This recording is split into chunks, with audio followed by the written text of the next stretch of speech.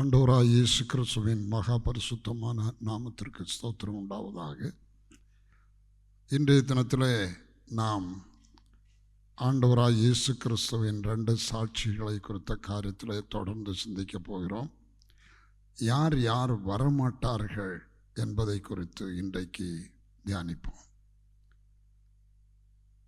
இன்றைக்கு கிறிஸ்தவ உலகத்தில் இயேசு கிறிஸ்துவுடைய 2 சாட்சிகள் வருகிறவர்கள் மோசே எலியா என்றும், இன்னொரு சாரார் எலியாவும் ஏனோக்கும் என்றும் சொல்லுகிறார்கள். பைபிளில் இப்படி அல்லது அப்படி என்று ஒன்றும் இல்லை. ஆம் என்றும் ஆமேன் என்றுமே சத்தியம் இருக்கிறது.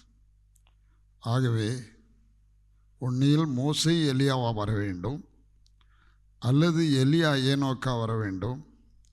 இது ரெண்டும் இல்லாவிட்டால் வேறு 2 பேர் வர வேண்டும்.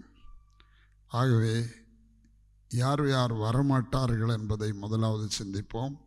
அப்புறம் யார் வருவார்கள் என்பதை நாம் தியானிப்போம். ஆண்டவருக்கு மகிமை உண்டாவதாக. வெளிப்படுத்தல் 11ஆம் அதிகாரம் 3-4 வசனங்கள். என்னுடைய 2 சாட்சிகளும் 2 வஸ்திரம் உடுத்தி கொண்டிருக்கிறவர்களாய் 1260 நாளளவும் தீர்க்க தரிசனம் சொல்லும்படி அவர்களுக்கு அதிகாரம் கொடுப்பேன். பூலோகத்தின் ஆண்டவருக்கு முன்பாக நிற்கிற 2 ஒலிவ மரங்களும் 2 விளக்குத்தண்டுகளும் இவர்களே. கர்த்தருடைய நாமத்துக்கு ஸ்தோத்திரம் உண்டாவதாக. பூலோகத்தின் ஆண்டவருக்கு முன்பாக நிற்கிற 2 ஒலிவ மரங்களும் 2 விளக்குத்தண்டுகளும் இவர்களே. கர்த்தருக்கு ஸ்தோத்திரம். இப்பொழுது மோசே வருவாரா என்கிறதை குறித்து சிந்திப்போம். எபிரேயர்களின் நிருபம் 9ஆம் அதிகாரம் 27ஆம் வசனத்தில் ஒரே தரம் மரிப்பதும் பின்பு நியாயத்தீர்ப்படைவதும் மனுஷருக்கு நியமிக்கப்பட்டிருக்கிறபடியே என்று எழுதியிருக்கிறது. ஒரு மனுஷன் உலகத்தில் பிறந்தால் ஒரு நாள் மரணமும் உண்டு. பிறக்க ஒரு காலம் உண்டு, இறக்க ஒரு காலம் உண்டு என்று வேதம் சொல்லுகிறது. ஆகவே மோசே இந்த உலகத்தில் பிறந்து ஒரு மனுஷனாக தீர்க்கதரிசியாக வாழ்ந்தவர். இஸ்ரவேல் ஜனத்தை எகிப்தின் அடிமைத்தனத்திலிருந்து விடுதலையாக்கி பாலும் தேனும் ஓடுற கானான் தேசத்துக்கு வழி நடத்தினவர் மோசே. இந்த மோசே தீர்க்கதரிசிகளில் ஒரு பெரிய தீர்க்கதரிசியாக எண்ணப்பட்டார். இவர் ஊழியத்தை நிறைவேற்றி மரித்தார். அவருடைய சரீரத்தை தேவன் அடக்கம் பண்ணினார் என்று உபாகமம் 34ஆம் அதிகாரம் கடைசி பாகத்தில் நாம் பார்க்கிறோம். கர்த்தருக்கு மகிமை உண்டாவதாக. கர்த்தர் மோசேயுடைய சரீரத்தை அடக்கம் பண்ணினார். அவருடைய கல்லறையை ஒருவனும் காணவில்லை என்று சொல்லியிருக்கிறது. மோசே மரித்தார் என்று வேதம் திட்டமாக சொல்லுகிறது. ஒரே தரம்தான் மரணம். கர்த்தருடைய நாமத்துக்கு ஸ்தோத்திரம். ஆகவே மோசே மரித்தார். பல 1000 ஆண்டுகள் ஆகிவிட்டது. இனி மோசே வந்து மரிப்பாரா? வந்து மரிக்க மாட்டார். ஆகவே மோசே வரப்போவதில்லை. மோசையோடு கூட எலியா வருவார் என்று செய்தி கொடுக்கிறார்கள். மோசேயும் எலியாவும் 2 பேர் வருவார்கள் என்று எலியாவை குறித்த காரியத்தை குறித்து பைபிள் என்ன சொல்லுகிறது? மல்கியா தீர்க்கதரிசியின் புஸ்தகம் கடைசி அதிகாரம் 4-5 வசனத்தில் ஆண்டவருடைய வார்த்தை சொல்லுகிறது. கர்த்தர் சொல்லுகிறார்,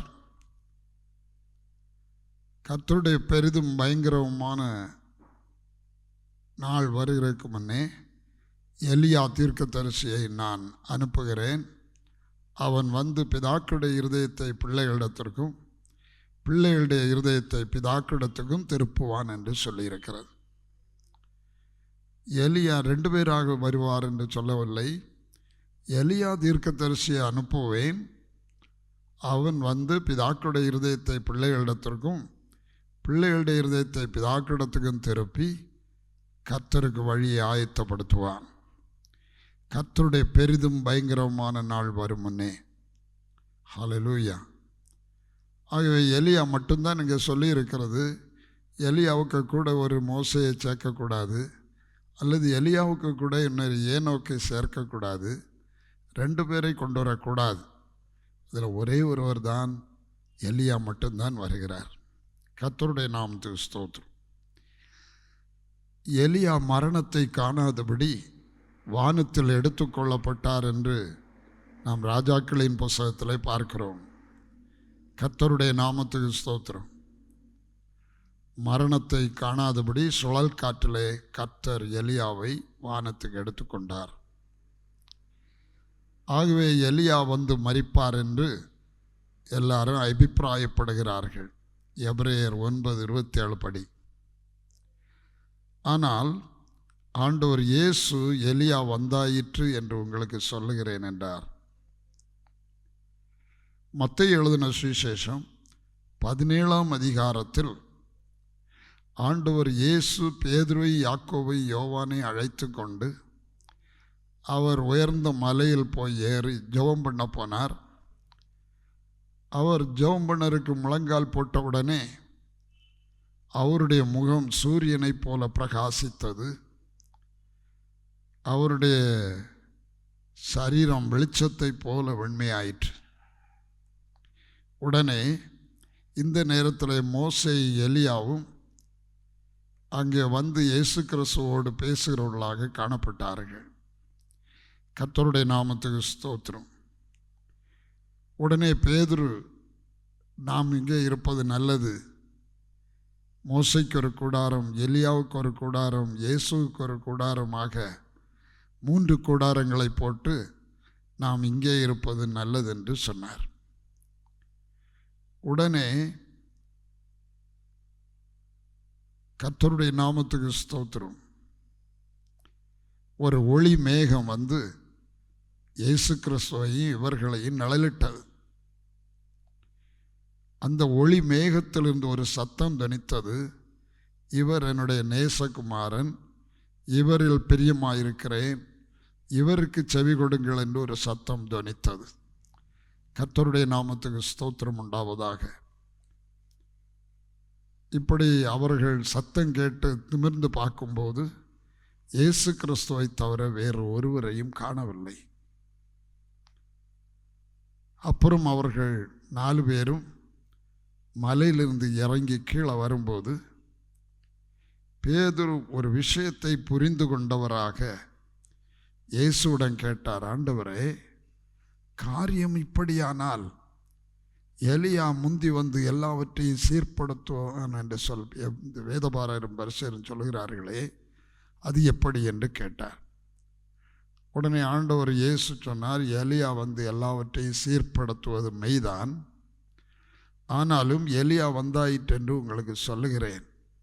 அவனை அறியாமல் அவனை கொலை செய்தார்கள், அப்படியே மனுஷகுமாரனுக்கும் செய்வார்கள் என்று சொன்னார். மத்தேயு 17ஆம் அதிகாரத்தின் தொடக்க பாகங்களில் அது இருக்கிறது. கர்த்தருடைய நாமத்துக்கு ஸ்தோத்திரம் உண்டாவதாக. பேதுருவுக்கு திடீரென்று அப்படியானால் என்று ஒரு காரியம் சொல்ல தோன்றின காரணம், கர்த்தருடைய பெரிதும் பயங்கரமான நாள் வரும் முன்னே எலியா தீர்க்கதரிசி வர வேண்டும். அந்த பெரிதும் பயங்கரமான நாளிலே உலகத்தை நியாயந்தீர்க்க வரப்போவது இந்த இயேசுதான் என்று பேதுரு தான் கண்ட காட்சிகளை வைத்து புரிந்து கொண்டார். இவங்க 3 பேரும் 3 1 4 பேர், இயேசுவும் பேதுருவும் யாக்கோபும் யோவானும் 4 பேர் மலை உச்சிக்கு ஏறினார்கள். ஏறும்போது சாதாரண மனிதராகத்தான் 4 பேரும் ஏறி சென்றார்கள். இயேசு முழங்காலிட்டு ஜெபிக்க தொடங்கின உடனே இயேசுடைய முகம் சூரியனைப் போல பிரகாசித்தது. சரீரம் வஸ்திரத்தைப் போல வெளிச்சமாயிற்று, வெளிச்சத்தைப் போல வெளிச்சமாயிற்று. கர்த்தருக்கு ஸ்தோத்திரம். அப்பொழுது மோசேயும் எலியாவும் வந்து இயேசுவோடு பேசுகிறவர்களாக காணப்பட்டார்கள். மூன்றாவது மகிமை, ஒளி உள்ள மேகம் இயேசுவின் மேல் நிழலிட்டது. அவர்கள் எல்லார் மேலும் நிழலிட்டது. மரித்த மோசே இங்கே இயேசுவோடு பேசுகிறவராக காணப்படுகிறார். இயேசு மறுரூபமான போது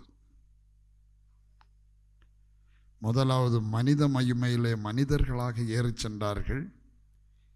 இப்பொழுது இயேசுடைய முகம் மறுரூபமான போது மரித்த மோசே அங்கே வந்து நிற்கிறவராக காட்சி கொடுக்கிறார். அதாவது தூதர் மகிமையில் மோசே இருக்கிறார். மரித்த பரிசுத்தவான்கள் அவர்கள் தூதர் மகிமையோடு தேவ சமூகத்தில் இருக்கிறார்கள். ஆகவே மோசே தூதர் சரீரத்தோடு இயேசுவோடு பேசினார். கர்த்தருடைய நாமத்துக்கு ஸ்தோத்திரம். இது இரண்டாவது மகிமை, இயேசு கிறிஸ்துவுடைய இரண்டாவது மகிமை. இயேசு கிறிஸ்துவுடைய மூன்றாவது மகிமை, வெளிச்சம் வந்து ஒளி மேகம் வந்து அவர் மேல் நிழலிட்டது.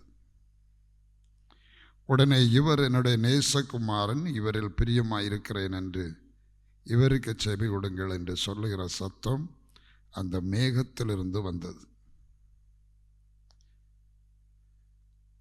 நம்முடைய ஆண்டவருக்கு மூன்று மகிமை உண்டு. ஒன்று மனிதர் மகிமை, இன்னொன்று தூதர் மகிமை, இன்னொன்று தேவ மகிமை. மனிதர் மகிமையில் அவர் இயேசுவாக ஒரு மனித குமாரனாக அவர் பிறந்தார். தூதர் மகிமையில் அவர் மரித்து உயிர்த்தெழுந்து கிறிஸ்துவாக தூதனானவராக அவர் விளங்கினார். கர்த்தருடைய நாமத்துக்கு ஸ்தோத்திரம். மூன்றாவதாக அவருக்கு தேவ மகிமை. கர்த்தராக அவரே தேவன், கர்த்தரே தேவன், கர்த்தரே தேவன். இயேசுவாக ஒரு மனிதன், கிறிஸ்துவாக ஒரு தூதன், கர்த்தராக ஒரு தேவன். இந்த மூன்று மகிமையும் உடையவர் தான் நம்முடைய கர்த்தராகிய இயேசு கிறிஸ்து. ஹல்லேலூயா. கர்த்தருடைய நாமத்துக்கு ஸ்தோத்திரம் உண்டாவதாக. இந்த காட்சிகளை கண்ட பேதுருவுக்கு இவர்தான் உலகத்தை நியாயந்தீர்க்க வரப்போகிற நியாயாதிபதியாகிய கர்த்தர் அல்லது பிதா என்கிற ஒரு அறிவு பேதுருவுக்கு உண்டாயிற்று. ஏனென்றால் 1 பேதுரு 1ஆம் அதிகாரத்தில் 17ஆம் வசனத்தில் அவன் பட்சபாதம் இல்லாமல் அவனவன் கிரியைகளுக்கு தக்கதாக அவர் நியாயத்தீர்ப்பு கொடுக்கிறவரை நாம் பிதாவாக தொழுது கொண்டு வருகிறோம் என்று சொல்லப்பட்டிருக்கிறது. ஆகவே நியாயத்தீர்ப்பு கொடுக்கிற பெரிதும் பயங்கரமான நாளில் நியாயத்தீர்ப்பு கொடுக்க வரப்போகிறவர் இவர்தான், இயேசுதான் என்கிற ஒரு மெய்யான அறிவு பேதுருவுக்கு உண்டாயிற்று. மனிதராக போனார்கள், தூத மகிமையில் இயேசுவை கண்டார்கள். மூன்றாவது மகிமையில் அவரை தேவனாக அப்போஸ்தலர்கள் கண்டார்கள், அறிந்தார்கள். ஆகவே தான் கீழே இறங்கி வரும்போது, ஆண்டவரே காரியம் இப்படியானால் எலியா வந்து எல்லாவற்றையும் சீர்படுத்த வேண்டும் என்று வேதபாரகர் பரிசேயர் சொல்லுகிறார்களே, அது எப்படி என்று கேட்டார்கள். இயேசு சொன்னார், எலியா வந்து எல்லாவற்றையும் சீர்படுத்துவது மெய்தான், ஆனால் அவன் வந்தாயிற்று என்று சொன்னார். அவனை அறியாமல் தங்களுக்கு இஷ்டமானபடி அவனுக்கு செய்தார்கள், அப்படியே மனுஷகுமாரனுக்கும் செய்வார்கள் என்று சொன்னார். கர்த்தருக்கு மகிமை உண்டாவதாக. ஆகவே எலியா வந்தாயிற்று என்பது அப்போஸ்தலர்களுக்கு நல்ல தெளிச்சலாயிற்று. இயேசு யோவான் ஸ்நாபகனை குறித்து தான் அப்படி சொன்னார் என்று அவர்கள் அறிந்து கொண்டார்கள் என்று கீழ வசனத்தில் இருக்கிறது. மத்தேயு 11:14 ஆண்டவர் இயேசு சொன்னார், நீங்கள் ஏற்றுக்கொள்ள மனதாயிருந்தார் வருகிறவனாகிய எலியா இவன்தான். நீங்கள் ஏற்றுக்கொள்ள மனதாயிருந்தால் வருகிறவனாகிய எலியா இவன்தான். அதுபோல அவர்கள் ஏற்றுக்கொள்ள மனதாயிருந்தால் உலகத்தை நியாயந்தீர்க்க வரப்போகிற தேவன் இயேசு கிறிஸ்துதான். அல்லேலூயா, கர்த்தருக்கு மகிமை உண்டாவதாக. எலியா வந்தாயிற்று என்று இயேசு திட்டவட்டமாய் சொன்னார். ஆகவே எலியாவும் வந்து அல்லேலூயா யோவான் ஸ்நாபகனாக மரித்தாய்விட்டது. சகரியாவுக்கும் எலிசபெத்துக்கும் மகனாய் பிறந்ததுதான் யோவான் ஸ்நாபகன். எலியாவின் ஆவியும் பலமும் உள்ளவனாய் அவன் எலியாவின் ஆவியினால் நிரப்பப்பட்டு எலியாவை போல சரீரத்தில் ஒட்டக மயிர் உடையை தரித்து அறையிலே வார்க்கச்சை கட்டி கொண்டு வெட்டுக்கிளியும் காட்டுத்தேனும் சாப்பிட்டு கொண்டு அவன் வனாந்திரங்களில் கிடந்தான். கர்த்தருடைய பரிசுத்தமான நாமத்திற்கு ஸ்தோத்திரம். ஆகவே அவன்தான் எலியா என்று இயேசு சொன்னார். நீங்கள் ஏற்றுக்கொள்ள மனதாயிருந்தால் வருகிறவனாகிய எலியா இவன்தான். ஆகவே எலியாவும் வந்தாகிவிட்டது. ஆகவே இனி மோசேயும் வரமாட்டார், எலியாவும் வரமாட்டார். அவர்கள் 2 பேரும் வந்துவிட்டார்கள். அவர்கள் 2 பேரும் வருவார்கள் என்று இந்த சபைகள் சொல்ல காரணம், ஒன்று மோசேயும் எலியாவும் அந்த மர்ருவ மலையில் வைத்து மோசேயும் எலியாவும் இயேசுவோடு பேசினதை வைத்து அவர்கள் தான் வருவார்கள் என்று கணிக்கிறார்கள். கணிப்பு நமக்கு தேவையில்லை. வேதத்தின் வெளிச்சம்தான், ரெவலேஷன் தான் நமக்கு தேவை. அது மட்டுமல்ல, வெளிப்படுத்தல் 11 அவர்கள் தண்ணீரை இரத்தமாய் மாற்ற அவர்களுக்கு அதிகாரம் உண்டு என்று சொல்லப்பட்டிருக்கிறது. மழை பெய்யாதபடிக்கு வானத்தை அடைக்க அவர்களுக்கு அதிகாரம் உண்டு. அவர்கள் தண்ணீர்களை இரத்தமாக மாற்றவும் தங்களுக்கு வேண்டும் போதெல்லாம் பூமியை சகலவித வாதைகளால் வாதிக்க அவர்களுக்கு அதிகாரம் உண்டு என்று சொல்லியிருக்கிறது. ஆகவே தண்ணீரை இரத்தமாய் மாற்றினது மோசே, அக்கினியை இறக்கினவர் எலியா. அக்கினியினால் உத்தரவர்களும் தெய்வமே தெய்வம் என்று சொல்லி எலியா ஜபித்த போது அக்கினி இறங்கினது. ஆகவே மோசே எலியாவும் தான் தண்ணீரை இரத்தமாய் மாற்றினதும் அக்கினி இறங்க பண்ணினதும். ஆகவே அவர்கள் 2 பேர்தான் வருவார்கள் என்று கணித்து திட்டமாய் போதித்து கொண்டிருக்கிறார்கள். ஆனால் இவர் 2 பேரும் வரமாட்டார்கள் என்று வேதம் திட்டமாய் தெளிவாய் நமக்கு போதிக்கிறது. அடுத்த ஒரு நம்பிக்கை, எலியாவும் ஏனோக்கும் வருவார்கள் என்று சில சபைகள், முக்கியமான சபைகள், உலகம் முழுவதும் பரம்பி இருக்கிற பெந்தேகோஸ்தே சபை சொல்லுறது ஏனோக்கும் எலியாவும் வருவார்கள் என்று. ஒரே தரம் மரிப்பதும் பின்பு நியாய தீர்ப்படைவது நியமிக்கப்பட்டிருக்கிறது என்று எழுதியிருக்கிறபடி அவர்களுடைய பார்வையில் யோவான் ஸ்நாபகன் எலியா அல்ல என்கிற எண்ணத்தினாலே எலியா சாவை காணாமல் சுழல் காற்றிலே வானத்தில் எடுத்துக்கொள்ளப்பட்டாராகவே எலியா வருவார் என்றும், ஏனோக்கு மரணத்தை காணாமல் வானத்தில் எடுத்துக்கொள்ளப்பட்டார் என்று நாம் வாசிக்கிறோம். கர்த்தருக்கு ஸ்தோத்திரம், ஹல்லேலூயா, கர்த்தருக்கு மகிமை உண்டாவதாக. ஏனோக்கு வானத்துக்கு எடுத்துக்கொள்ளப்பட்டவர், மரணத்தை காணாமல் அவர் எடுத்துக்கொள்ளப்பட்டார் என்று வேதத்தில் எபிரேயர்கள் நிருபம் 11 நாம் அங்கே வாசிக்கிறோம். கர்த்தருடைய நாமத்துக்கு ஸ்தோத்திரம் உண்டாவதாக. ஆகவே எலியாவும் ஏனோக்கும் வருவார்கள் என்று கணிக்கிறார்கள். கணிப்பு ஒருபோதும் சரியல்ல. வார்த்தையின் சரியான வெளிப்பாடு தான் உண்மையாக இருக்க முடியும்.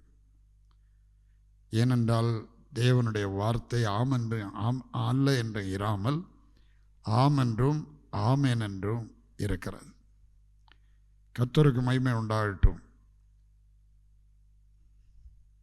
எலியா வந்து மரித்தாயிற்று என்று இயேசு திட்டமாய் சொன்ன பின்பு எலியா வந்து மரிக்கவில்லை என்று சொல்லி எலியா வருவார் என்று சொல்லுவது விபரீதமான காரியம்.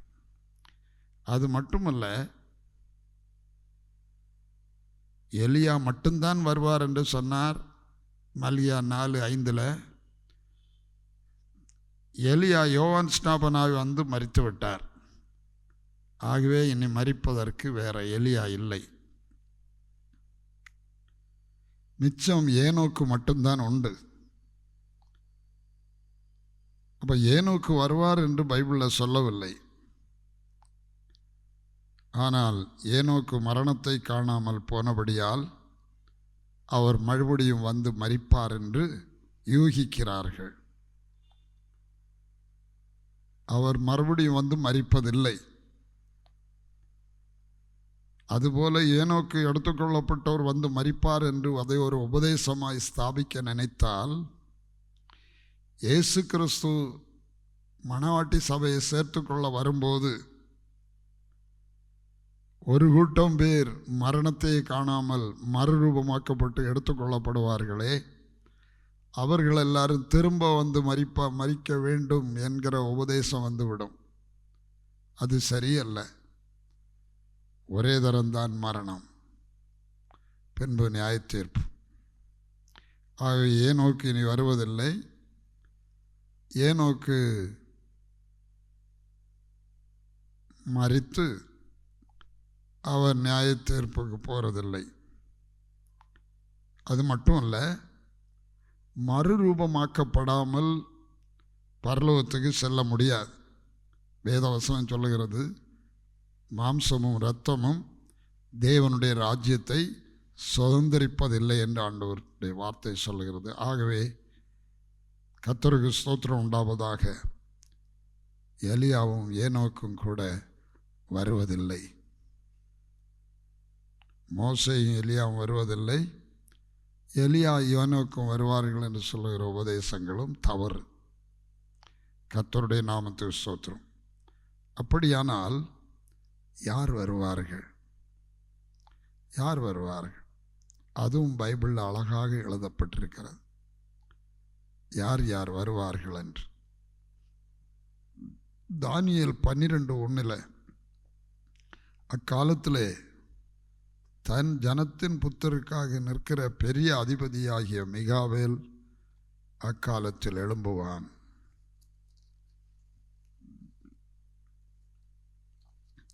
தன் ஜனத்தின் புத்தருக்காக நிற்கிற பெரிய அதிபதியாகிய மிகாவேல் எழும்புவான் என்று சொல்லியிருக்கிறது.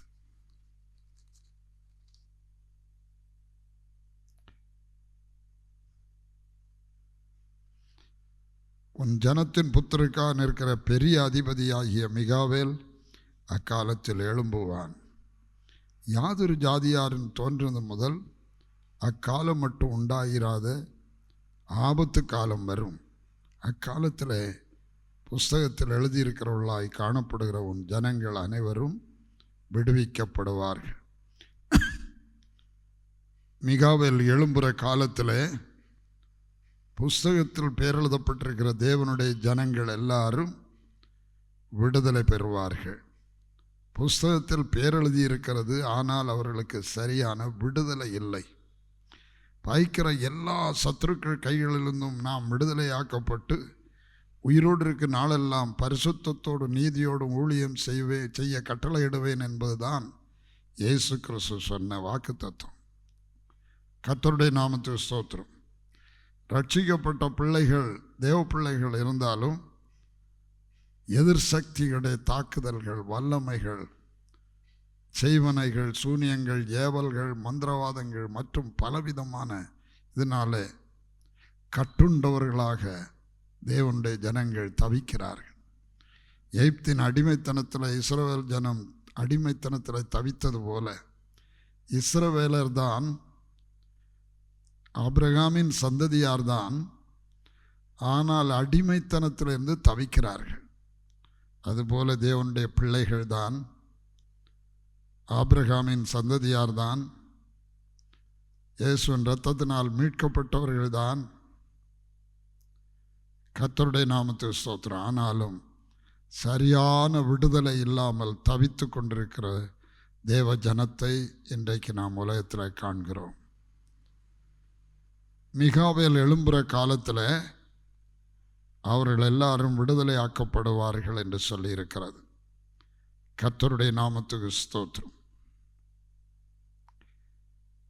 1 தெசலோனிக்கேயர் 4:16 கர்த்தர் தாமே ஆரவாரத்தோடும் பிரதான தூதனுடைய சத்தத்தோடும் தேவ எக்காலத்தோடும் வானத்திலிருந்து இறங்கி வருவார் என்று கூறியிருக்கிறது. கர்த்தர் தாமே ஆரவாரத்தோடும் பிரதான தூதனுடைய சத்தத்தோடும் தேவ எக்காலத்தோடும் வானத்திலிருந்து இறங்கி வருவார். மிகாவேல காலத்தில் எழும்புவான். எதற்காக எழும்புவான்? தேவ ஜனத்தின் விடுதலைக்காக. பிரதான தூதனுடைய சத்தம் வரும்போது, சத்தம் என்றால் செய்தி என்று பொருள். வனாந்திரத்தில் கூப்பிடுவனுடைய சத்தம் என்றால் இந்த யோவான் ஸ்நாபகனுடைய செய்தி என்று பொருள். மிகாவேலுடைய பிரதான தூதனுடைய சத்தம் என்று சொன்னால் பிரதான தூதன் மிகாவேலுடைய செய்தி என்று பொருள். கர்த்தருடைய நாமத்துக்கு ஸ்தோத்திரம் உண்டாவதாக. ஆகவே ஒரு செய்தியோடு கூட மிகாவேலை தேவன் எழுப்புவார். தூதன் வர முடியுமா? பலர் என்னிடத்தில் கேட்டிருக்கிறார், தூதர்கள் வர முடியுமா? தூதர்கள் வந்து மரிப்பார்களா? நான் திருப்பி கேட்டிருக்கிறேன், எலியா வந்து மரித்தாரா? எலியாவின் ஆவி யோவான் ஸ்நாபகனில் வந்து தங்கி யோவான் அந்த ஊழியத்தை நிறைவேற்றி தலை சிரச்சேதம் செய்யப்பட்டு யோவான் ஸ்நாபகன் மரித்தார். அல்லேலூயா. எலியாவின் ஆவி யோவான் ஸ்நாபகனுக்குள்ளே வந்து வாசம் பண்ணி அவர் மரித்தார். அதுபோல மிகாவேலுடைய ஆவி ஒரு பரிசுத்தவானில் இறங்கி மிகாவேலுடைய ஊழியத்தை அவன் நிறைவேற்றுவான். அவன் ஒருவன் மட்டுமல்ல, மிகாவேல் மட்டுமல்ல, காபிரியேலும் கூட சேர்ந்துதான் அந்த ஊழியத்தை நிறைவேற்றுவார்கள். மோசே மட்டும்தான் தீர்க்கதரிசி என்று சொல்லப்பட்டு அவர் பிள்ளையாய் பிறந்தார். மோசேயை பாதுகாத்தார்கள். கர்த்தர் இந்த பிள்ளையை மறைத்து இஸ்ரவேலுக்கு இரட்சகனாக தீர்க்கதரிசியாக இருக்கும்படி செய்தார். இங்கே மிகாவேலை தான் குறித்து ஸ்பெஷலாய் சொல்லியிருக்கிறது. ஆனால் காபிரியேலும் கூட உண்டு. தானியேல் 10ஆம் அதிகாரம் கடைசியில் வரும்போது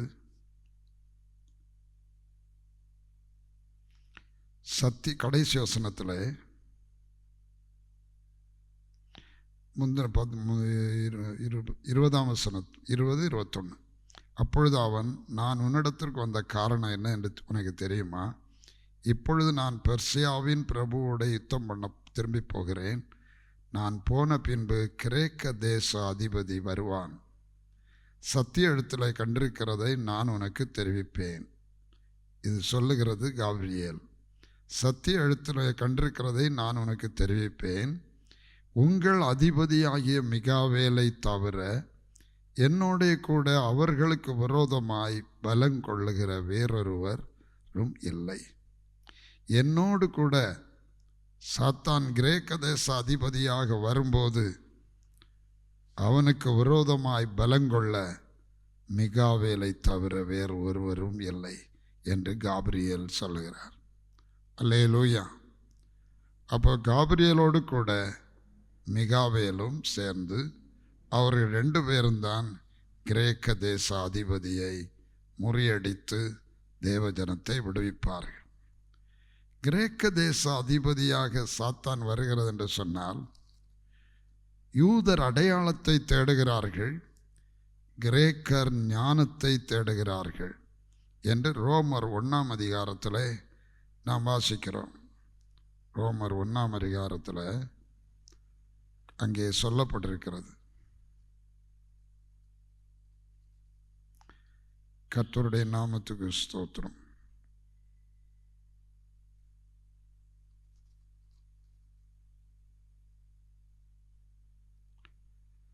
ஹல்லேலூயா, ஹல்லேலூயா, ஹல்லேலூயா.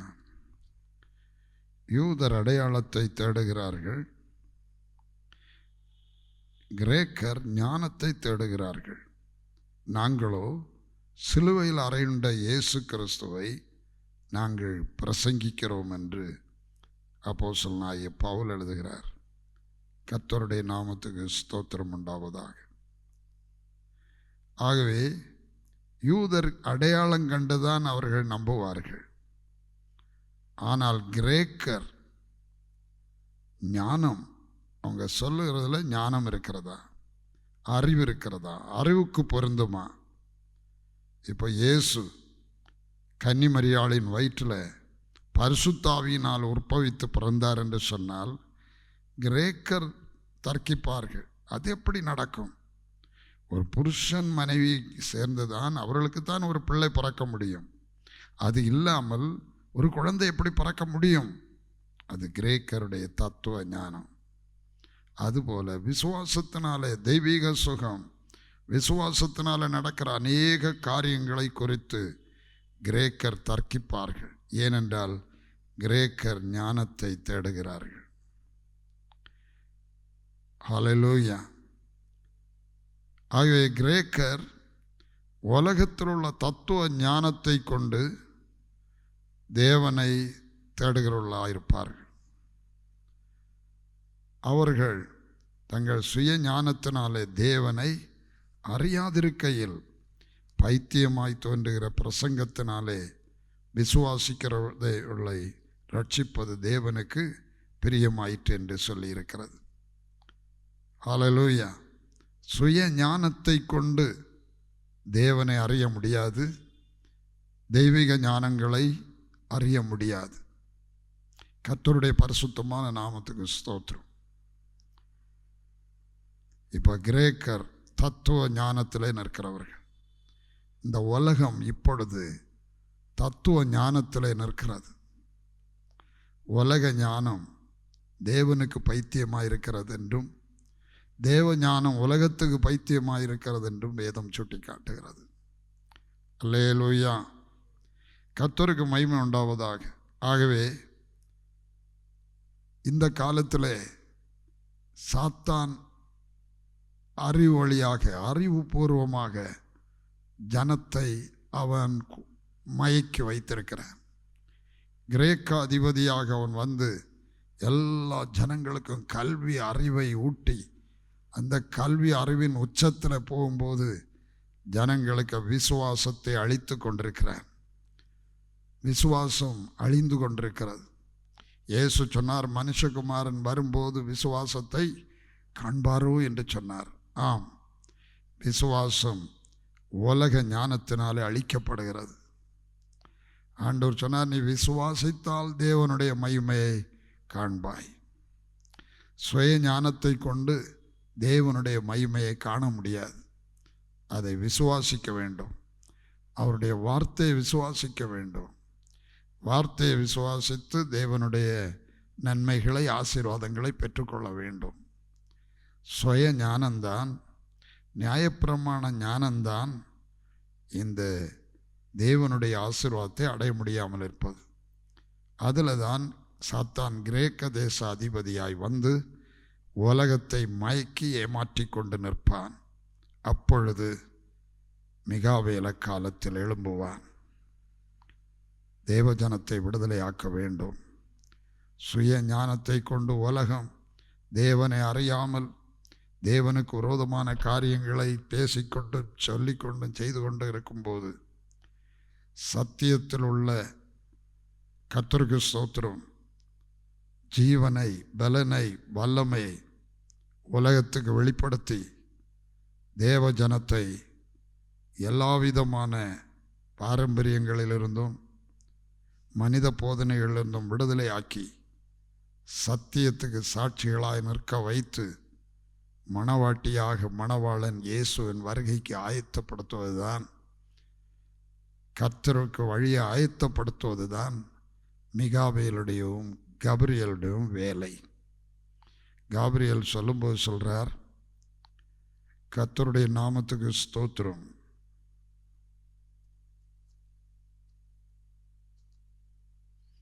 சத்திய எழுத்தில் கண்டிருக்கிறதை நான் உனக்கு தெரிவிப்பேன்.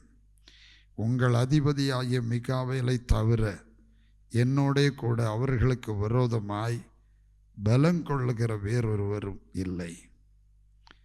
அப்போ கிரேக்க தேச அதிபதிக்கு விரோதமாய் இந்த உலக ஞானத்துக்கு எதிராய் எழும்பி நின்று சத்தியத்தை சத்தியமாய் கொடுத்து தேவ ஜனத்தை சத்தியத்தில் கொண்டு வந்து நிறுத்துவதற்கு மிகாவேலை தவிர வேறு ஒருவரும் இல்லை என்று சொல்லப்பட்டிருக்கிறது. கர்த்தருடைய நாமத்துக்கு ஸ்தோத்திரம்.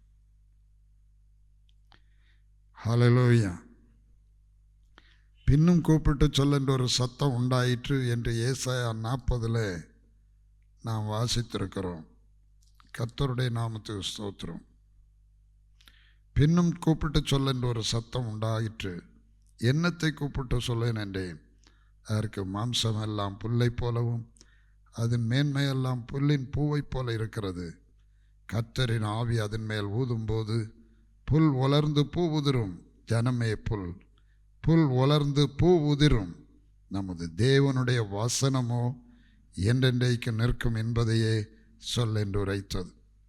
ஆகவே கர்த்தருக்கு வழியை ஆயத்தப்படுத்துகிற மிகாவேலின் ஊழியத்தில் எல்லாரும் வார்த்தை இடத்தில் வாருங்கள், வார்த்தைக்கு திரும்புங்கள் என்று அறைகூவதாக அது இருக்கும். வார்த்தையில்தான் விசுவாசம் வாசமாயிருக்கிறது. வார்த்தையில்தான் தேவனுடைய ஜீவன் இருக்கிறது. ஆகவே வசனம் என்றென்றைக்கு நிற்கும். வசனத்துக்கு எல்லாரும் திரும்பி வாருங்கள் என்று அழைக்கிறதாக மிகாவேலுடைய செய்தி இருக்கும். கர்த்தருடைய நாமத்துக்கு ஸ்தோத்திரம்.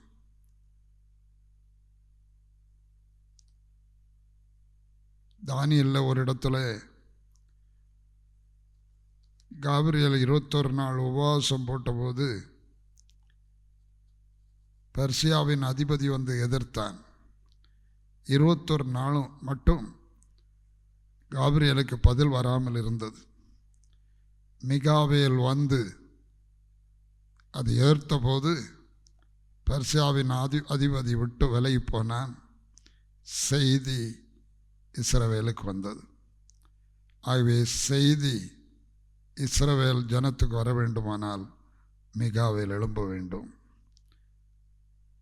மரியாளுக்கு காபிரியல் தூதன் செய்தியாளனாய் செய்தி கொண்டு வந்தான். அல்லேலூயா. இப்போ செய்தியாளனாய் காபிரியல் வந்தபோது மிகாவேலுடைய துணை இல்லாமல் காபிரியலுக்கு வெற்றி வராது. காபிரியலும் மிகாவேலும் சேர்ந்துதான் இந்த சத்தானிய சக்திகளை எதிர்த்து போராடி தேவ ஜனத்திற்கு பெரிய வெற்றியை தேடித் தருவார்கள். அல்லேலூயா. கர்த்தர் தாமே ஆரவாரத்தோடும் பிரதான தூதனுடைய சத்தத்தோடும் தேவ எக்காலத்தோடும் வானத்திலிருந்து இறங்கி வருவார். அப்பொழுது கிறிஸ்துவுக்குள் மரித்தவர்கள் முதலாவது எழுந்திருப்பார்கள். பின்பு உயிரோடு இருக்கிற நாமும் அவருடைய வருகைக்கு எதிர்கொண்டு போக மர்வமாகி வானத்தில் எடுத்துக்கொள்ளப்படுவோம் என்று 1 தெசலோனிக்கேயர் 4 அதிகாரம் 16 வசனத்திலும் கீழையும் சொல்லியிருக்கிறது. சாத்தானோடு யுத்தம் பண்ணுகிறது மிகாவேல்.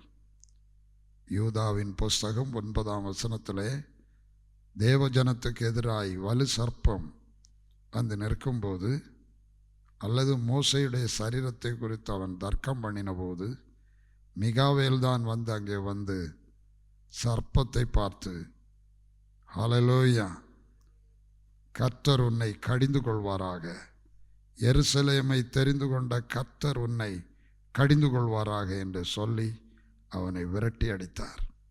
ஹல்லேலூயா. சபைக்கு எதிராக, சபைதான் ஆவிக்குரிய எருசலேம், சபைக்கு எதிராக நிற்கிற சாத்தானிய சக்திகள், இன்று போராடி கொண்டிருக்கிற எல்லா தீய சக்திகளையும் விரட்டி அடித்து தேவ ஜனத்திற்கு வெற்றியை கொடுப்பது மிகாவேலும் கபிரியலும் தான். அல்லேலூயா. மிகாவேல் வெளிப்படுற காலத்தில் வேதவசனம் சொல்லுகிறது, யாதொரு ஜாதியாரும் தோன்றாமல் அக்காலம் மட்டும் உண்டாயிராத ஆபத்து காலம் வரும் என்று தானியேல் 12 நாம் பார்க்கிறோம். கர்த்தருக்கு ஸ்தோத்திரம். யாதொரு ஜாதியாரும் தோன்றாமல் அக்காலம் மட்டும் உண்டாயிராத ஆபத்து காலம் வரும். அக்காலத்திலே புஸ்தகத்தில் எழுதியிருக்கிறவர்களாக காணப்படுகிற உன் ஜனங்கள் அனைவரும் விடுவிக்கப்படுவார்கள். மிகாவேல் எழும்பும்போது தேவ ஜனங்கள் எல்லாரும் விடுவிக்கப்படுவார்கள். கர்த்தருடைய நாமத்துக்கு ஸ்தோத்திரம். யாருக்காக? சபைக்காக.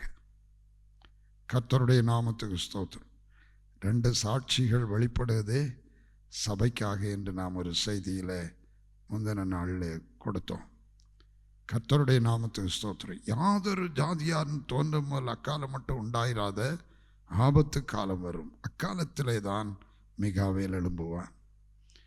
ஆண்டவர் இயேசு மத்தேயு 24 ஹல்லேலூயா, உலகம் உண்டானது முதல் இதுவரையும் சம்பவித்திராததும் இது இனிமேலும் சம்பவியாதுமான கொடிய உத்திரவம் உண்டாயிருக்கும். அதைத்தான் மத்தேயு 25:6 நடுராத்திரி இதோ மணவாளன் வருகிறார், அவருக்கு எதிர்கொண்டு போக புறப்படுங்கள் என்கிற சத்தம் உண்டாயிற்று என்று சொல்லியிருக்கிறது. இதோ மணவாளன் வருகிறார், அவருக்கு எதிர்கொண்டு போக புறப்படுங்கள் என்கிற சத்தம், அதுதான் மிகாவேலின் சத்தம். தேவ ஜனத்தை, சபையை மணவாளன் இயேசுவின் வருகைக்காக ஆயத்தப்படுத்துகிற, கர்த்தருக்கு வழியை சபை பண்ணுகிற ஊழியம் செய்தி. அப்பொழுது பெரிய அசைவு உண்டாகிறது. எல்லாரும் எழுந்திருந்தார்கள். புத்தி உள்ள கன்னிகள் எழுந்திருந்தார்கள், புத்தி இல்லாதவர்கள் எழுந்திருந்தார்கள். உலகமே வியக்கத்தக்கதாக அந்த ஊழியம் உலகத்தில் நடக்கும். யாதொரு ஜாதியாரும் தோன்றுமல் அக்காலம் மட்டும் உண்டாயிராத ஒரு பெரிய ஆபத்து காலம், அதுதான் ராத்திரி காலம் என்று சொல்லியிருக்கு. நடுராத்திரி. நடுராத்திரின்னா ஒருவரும் கிரியை செய்யக்கூடாத காலம், எல்லாரும் தூங்குகிற காலம், எல்லாரும் நித்திரை மயக்கமாக இருக்கிற காலம், சத்ரு எல்லாரையும் மயக்கி போட்டிருக்கிற ஒரு காலம்.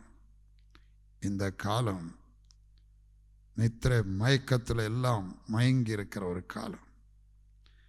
இஸ்ரவேலில் ராஜா இல்லை, அவனவன் தனக்கு சரி போனபடி செய்து வந்தான் என்று சொல்லியிருக்கிறபடி, அவனுக்கு தனக்கு தெரிந்திருக்கிறபடி அவரவரும் தங்களுக்கு சரி என்று காண்கிறதை போதித்தும் செய்து கொண்டும் இருக்கிற ஒரு காலம் இது. அப்போ எல்லா இடர்களும் நீக்கப்பட வேண்டும். இடர்கள் நீக்கப்படுவதற்காக மத்தேயு 13ஆம் அதிகாரத்தில் ஆண்டவர் அருமையாக சொல்லுகிறார். கர்த்தருடைய நாமத்துக்கு ஸ்தோத்திரம். 13ஆம் அதிகாரத்தில் 30ஆம் வசனத்தில், அறுப்பு காலத்தில் நான் அறுக்கிறவர்களை நோக்கி, முதலாவது களைகளை பிடுங்கி அவைகளை சுட்டரிக்கிறதுக்கு கட்டுகளாக கட்டுங்கள், கோதுமையையோ என் களஞ்சியத்தில் சேர்த்து வையுங்கள் என்பேன் என்று சொன்னான் என்றார். அல்லேலூயா. அறுப்பு காலத்தில் அறுக்கிறவர்கள் தேவதூதர்கள் என்று கர்த்தருக்கு ஸ்தோத்திரம். அதனுடைய அர்த்தத்தை ஆண்டவர் சொல்லிக் கொடுக்கிறார். 39ஆம் வசனம், அவைகளை விதைக்கிற சத்துரு பிசாசு, அறுப்பு உலகத்தின் முடிவு, அறுக்கிறவர்கள் தேவதூதர்கள். ஆதலால் களைகளை சேர்த்து அக்கினியினால் சுட்டரிக்கிறது போல இவ்வுலகத்தின் முடிவிலே நடக்கும். மனுஷகுமாரன் தம்முடைய தூதர்களை, இயேசு தன்னுடைய தூதர்களை அனுப்புவார். அவர்கள் அவருடைய ராஜ்யத்தில் இருக்கிற, அவர் ராஜ்யம் சபை, அவருடைய ராஜ்யத்தில் இருக்கிற சகல இடரல்களையும், இடரல்கள் என்றால் இடரலான உபதேசங்கள், சகல இடரல்களையும் அக்கிரமம் செய்கிறவர்களையும் சேர்த்து அவர்களை அக்கினி சூளையிலே போடுவார்கள். அங்கே அழுகையும் பற்கடிப்பும் உண்டாயிருக்கும். அப்பொழுது நீதிமான்கள் தங்கள் பிதாவின் ராஜ்யத்திலே சூரியனைப் போல பிரகாசிப்பார்கள். தேவ பிள்ளைகள் எழும்பி பிரகாசிப்பார்கள். சகல இடர்களை நீக்கி தேவ ஜனத்துக்கு விடுதலை கொடுக்கிற ஊழியம், கடைசி ஊழியம். அதுதான் மிகாவேலும் கபிரியேலும் 2 சாட்சிகள் வந்து நிறைவேற்றுகிற ஊழியம். கர்த்தருக்கு ஸ்தோத்திரம் உண்டாவதாக. கேட்கிறதுக்கு காது உள்ளவன் கேட்க கடவன் என்று சொன்னார். மத்தேயு 24:31 வலுவாய் தொனிக்கும் எக்கால சத்தத்தோடு அவர் தம்முடைய தூதர்களை அனுப்புவார். அவர்கள் அவரால் தெரிந்து கொள்ளப்பட்டவர்களை வானத்தின் ஒரு முனை முதற்கொண்டு மறுமுனை வரைக்கும் 4 திசைகளிலிருந்து கூட்டி சேர்ப்பார்கள். உலகத்தின் 4 திசைகளிலிருந்து கர்த்தர் அனுப்புகிற கடைசி ஊழியம், மிகாவேல் கபிரியேல் சேர்ந்து நடத்துகிற ஊழியத்தில் சகல இடர்களை அவர்கள் நீக்குவார்கள். 2 சாட்சிகளுடைய செய்தியிலே கழிந்த நாளிலே நாம் அதை சிந்தித்தோம்.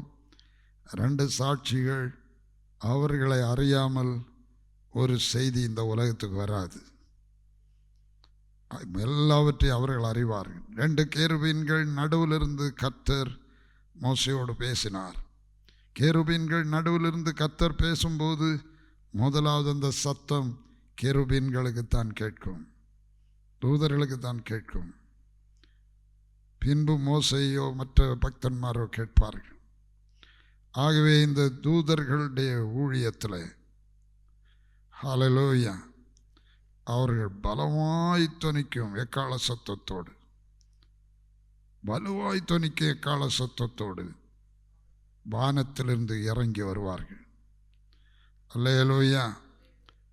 அவர்கள் அவரால் தெரிந்து கொள்ளப்பட்டவர்களை வானத்தின் ஒரு முனை முதற்கொண்டு மறுமுனை வரைக்கும் 4 திசைகளில் வந்து தெரிந்து கொள்ளப்பட்ட ஜனத்தை கூட்டி சேர்ப்பார்கள். மணவாளன் இயேசுவின் வருகைக்காக. கர்த்தருடைய நாமத்துக்கு ஸ்தோத்திரம் உண்டாகட்டும். ஆகவே நாம் ஒரு கொடிய காலத்தில் இருக்கிறோம். தேவ ஜனங்கள் ரட்சிக்கப்பட்ட தேவ பிள்ளைகள் என்கிற பேரில் இருந்தாலும் பல பல பல விதமான தவறான போதனைகளிலும், ஹல்லேலூயா, மனித பாரம்பரிய போதனைகளிலும் சிக்கொண்டு கட்டப்பட்டவர்களாக, விடுதலை இல்லாதவர்களாக, சரியான விடுதலையற்றவர்களாக தவிக்கிற போராடுற ஒரு காலம். இந்த காலம் ராக்காலம், கொடிய ராக்காலம் வருகிறது. ஹல்லேலூயா. ஆகவே அவைகளுக்கெல்லாம் தப்பி நாம் இயேசு கிறிஸ்துவுக்கு முன்பாக நிற்க நாம் பாத்திரவான்களாய் எண்ணப்படும் பொருட்டு விழித்திருந்து ஜெபம் பண்ணி நாம் ஆயத்தப்பட வேண்டும். கர்த்தருடைய பரிசுத்தமான நாமத்திற்கு ஸ்தோத்திரம் உண்டாவதாக. ஹல்லேலூயா, ஹல்லேலூயா. ஆகவே மோசேயும் எலியாவும் வரமாட்டார்கள், எலியாவும் ஏனோக்கும் வரமாட்டார்கள். ஆனால் வருகிறவர்கள் கர்த்தருக்கு ஸ்தோத்திரம் மிகாவேலும் கபிரியேலும் என்று வேதவசனம் திட்டமாய் சொல்லுகிறது.